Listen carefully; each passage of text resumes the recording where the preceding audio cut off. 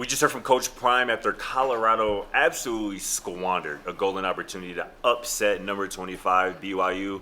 Let's get into what we heard from Coach Prime. We had opportunities, tremendous amount of opportunities, but nevertheless, we didn't cash in on it. And sometimes it felt like the moment was just too big for some of our athletes. And they got to do something about that. At halftime, we challenged certain positions to go out there and up their game, challenge their opponents. We didn't get that. We got the same thing that we had in the first half.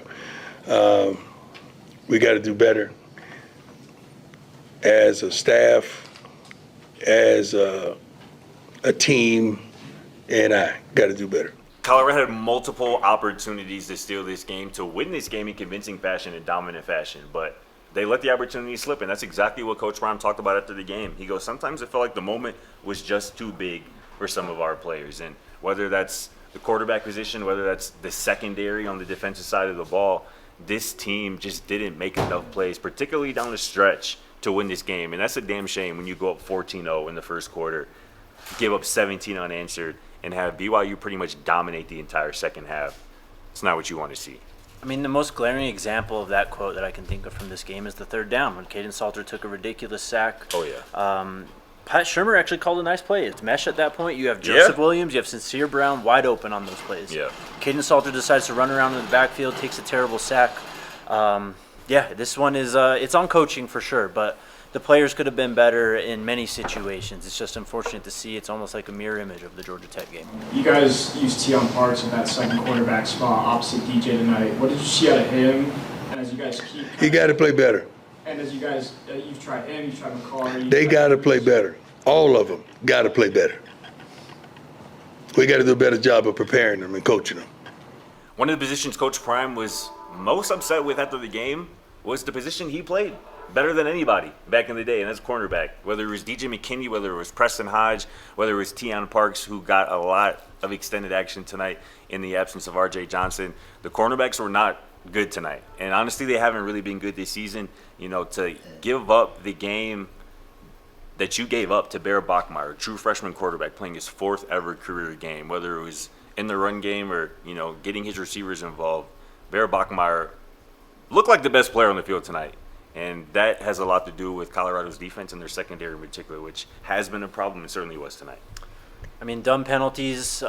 We knew coming into this game, just based on the injury report, the secondary was going to have a tough night, and it probably went worse than any of us could have thought.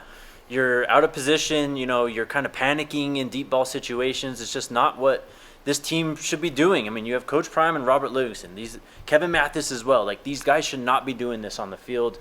It's unacceptable, and if this keeps on going, teams are just going to throw all over the Buffs all season long. We got to see Dralyn kind of showcase his versatility. Yeah. How big could this be to kind of get him going? That's what it's going to be. It's not. That wasn't a play. That was real. That's what he is going to do for us from here on. That's who he is. We've identified what he is. Marshall is happy to have him in his room, and we're going to use him as much as we can, and even more. There was one major bright spot tonight, and that was Dralyn Miller. Absolutely balled out tonight. Struggled with some drops earlier this season, but 77 total yards tonight on 9 touches. Was used as a Wildcat quarterback tonight very effectively. I wish they would have used him more, particularly in that second half. But Dralyn has found a new role playing running back, and Coach Prime talked about it after the game. He goes, that's what it's going to be with Dralyn. That's who he is going to be for us for here on out. And he already talked about Marshall Faulk is happy to have him in his room. Dralyn, running back season, Wildcat season is exciting. I love it. I absolutely love it. This is exactly what his archetype is. We've talked about Deebo Samuel with him for the last 2 years, and now we're finally going to be able to see that put into action. He's just built for the running back position, man. The way that we've seen it, you know, going back to last year as a true freshman, guys just slide off of him. He walks out of tackles, basically. You know, the running backs are turning into a strength. The running game is turning into a strength of this team. And, you know, moving forward, you have a lot of questions to answer, but the running game and the running back room is one that is pretty solidified.